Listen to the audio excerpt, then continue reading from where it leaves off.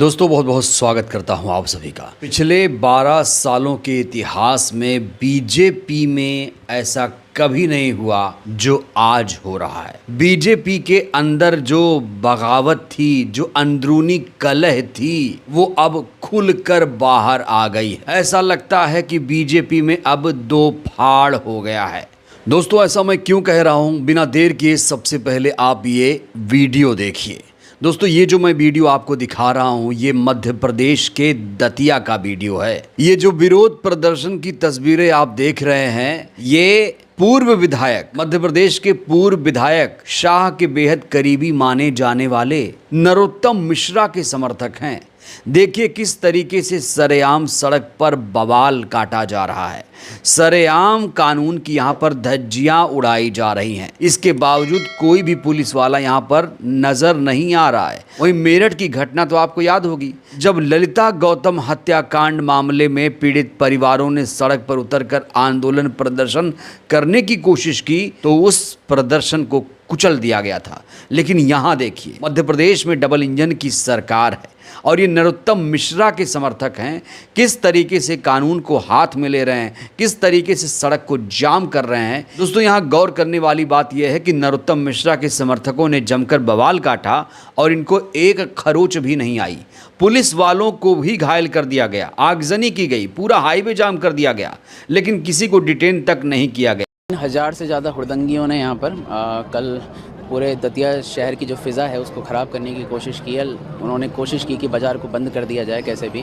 साथ में यहाँ पे चक्का जाम के लिए लगभग शाम को 6 बजे से ये सभी लोग यहाँ पर बैठे हुए हैं और इनको बार बार कलेक्टर साहब और मेरे द्वारा समझाइश दी गई है कि यहाँ से चले जाएँ और चक्का ये जो जाम किया है उसको पूरा खोल दिया जाए जिससे यातायात का आवागमन हो सके।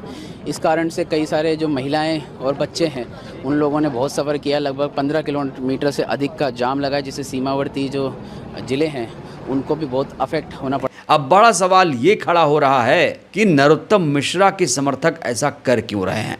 नरोत्तम मिश्रा के समर्थकों ने सिर्फ हाईवे ही जाम नहीं किया, बल्कि बीजेपी ऑफिस के सामने भी इन लोगों ने जबरदस्त तरीके से प्रदर्शन किया। दोस्तों ये तस्वीरें भी आप देख लीजिए। बीजेपी ऑफिस के सामने नरोत्तम मिश्रा के समर्थक आंदोलन प्रदर्शन कर रहे हैं। यहां तक कि खबर ये भी आ रही है कि दतिया में बीजेपी जिलाध्यक्ष का पूरी कार्यकारिणी समेत इस्तीफा हो चुका है।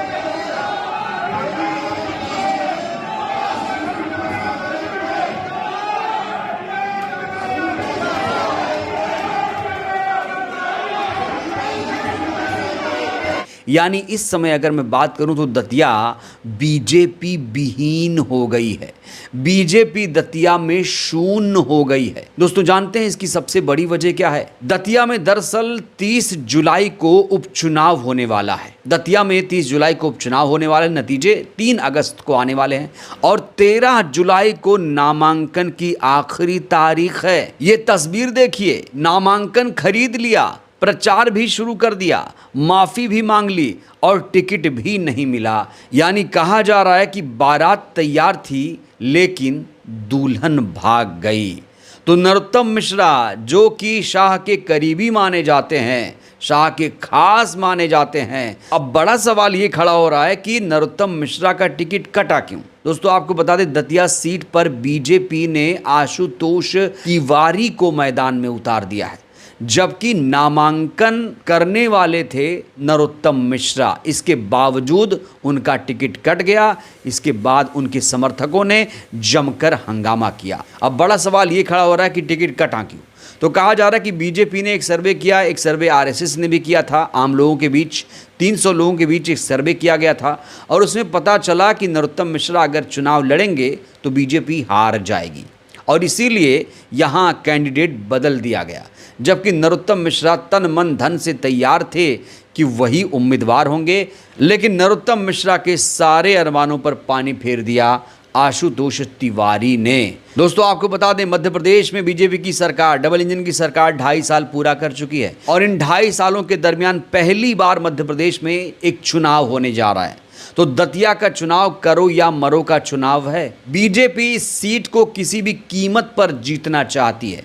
शायद इसीलिए नरोत्तम मिश्रा अब अपनी धाक जमा रहे हैं शक्ति प्रदर्शन करके वो दिखाना चाह रहे हैं कि आशुतोष तिवारी को टिकट ना दिया जाए, टिकट हमें दिया जाए। लेकिन कहा जा रहा है कि नरोत्तम मिश्रा की एक नहीं चली, हाई कमान ने, बीजेपी आला कमान ने नरोत्तम मिश्रा का टिकट निर्ममता से काट दिया और अब नरोत्तम मिश्रा चुनाव नहीं लड़ पाएंगे। नरोत्तम मिश्रा के राजनीतिक करियर में ये सबसे बड़ा झटका माना जा रहा है। दोस्तों, सिर्फ दतिया में ही नहीं, बांकीपुर में भी भारतीय जनता पार्टी बुरी तरीके से फंस गई। बिहार के बांकीपुर सीट याद है आपको, यहां पर भी उपचुनाव होने जा रहा है। यहां पर भी 13 तारीख को नामांकन होने जा रहा है। ये सीट इसलिए खाली हुई है क्योंकि यहां के विधायक नितिन नवीन थे और अब नितिन नवीन मोदी जी के बॉस बन चुके हैं। मोदी जी खुद नितिन नवीन को बॉस कह चुके थे, शायद इसीलिए नितिन नवीन को बीजेपी का राष्ट्रीय अध्यक्ष बना दिया गया। हालांकि नितिन नवीन की प्रतिभा को लेकर कई बार सवाल खड़े हो रहे हैं कि ये व्यक्ति बीजेपी को कहां तक ले जाएगा, बीजेपी को क्या ये व्यक्ति जिता पाएगा। जिस कुर्सी पर कभी अटल आडवाणी शाह बैठते थे, नितिन नवीन क्या इस कुर्सी के काबिल हैं? लेकिन नितिन नवीन अब अध्यक्ष बन चुके हैं, लेकिन इन्होंने इस कुर्सी पर बैठते ही दोस्तों बहुत बड़ी गलती कर दी। तो बीजेपी अध्यक्ष बनने के बाद नितिन नवीन ने अपनी सीट से इस्तीफा दिया, सीट खाली हुई और 30 जुलाई को बांकीपुर सीट पर उपचुनाव होने जा रहा है। इन्होंने एक बहुत बड़ी गलती कर दी। गलती ये कर दी कि अपने बेहद करीबी, बेहद खास अभिषेक कुमार बंटी, या यूं कहें कि अभिषेक कुमार सिन्हा को पर्चा दाखिल करवा दिया, मैदान में उतार दिया। और उसके बाद वह यूं कि अभिषेक कुमार बंटी को नामांकन वापस लेना पड़ता है। सोचिए दतिया में क्या हो रहा है। दतिया में नरोत्तम मिश्रा नामांकन दाखिल करने वाले थे, उनका नामांकन नहीं हो पाया।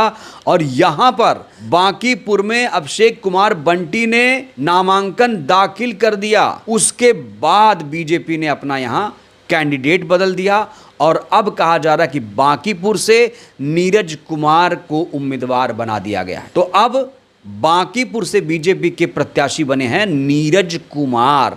पहले बनाए गए थे प्रत्याशी अभिषेक कुमार बंटी, जो कि नितिन नवीन के बेहद खास हैं। सोचिए दोस्तों, मोदी जी के बॉस की नहीं चल पा रही है।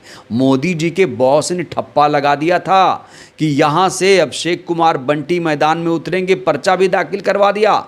लेकिन जब सर्वे हुआ तो पता चला कि ये कैंडिडेट बहुत कमज़ोर है, यहाँ पर बीजेपी हार सकती है। इसलिए आनन फानन में बांकीपुर सीट पर बीजेपी ने अपना उम्मीदवार ही बदल दिया। और ये जो उपचुनाव होने जा रहा है दोस्तों, ये लिटमस टेस्ट की तरह है, बिहार के संदर्भ में भी और मध्य प्रदेश के संदर्भ में भी।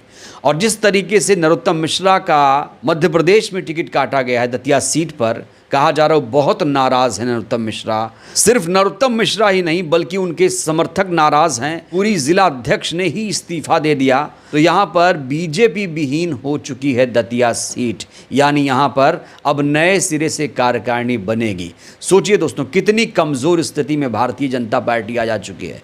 ऐसा कभी नहीं हुआ बीजेपी के 12 सालों के इतिहास में, जब से नरेंद्र मोदी जी पीएम बने हैं 2014 के बाद, ऐसा कभी दृश्य नहीं हुआ। अगर किसी ने नामांकन भर दिया तो भर दिया, और अगर कोई तैयार है नामांकन भरने के लिए तो वही उम्मीदवार होगा। लेकिन इस बार दतिया और बांकीपुर में जो हो रहा है, कहा जा रहा है बीजेपी के अंदर जो कलह थी, जो बगावत थी, जो अंदरूनी कलह थी, वो अब खुलकर सामने आ चुकी है। पार्टी में घमासान मचा हुआ है। सवाल नितिन नवीन पर उठ रहे हैं। कहा जा रहा है बहुत कम दिनों के मेहमान रहेंगे नितिन नवीन। नितिन नवीन की कुर्सी भी जा सकती है। बहरहाल दोस्तों, इस वीडियो में इतना ही। इन तमाम खबरों को लेकर आप लोग क्या सोचते हैं, अपनी राय दीजिएगा। बहुत बहुत धन्यवाद।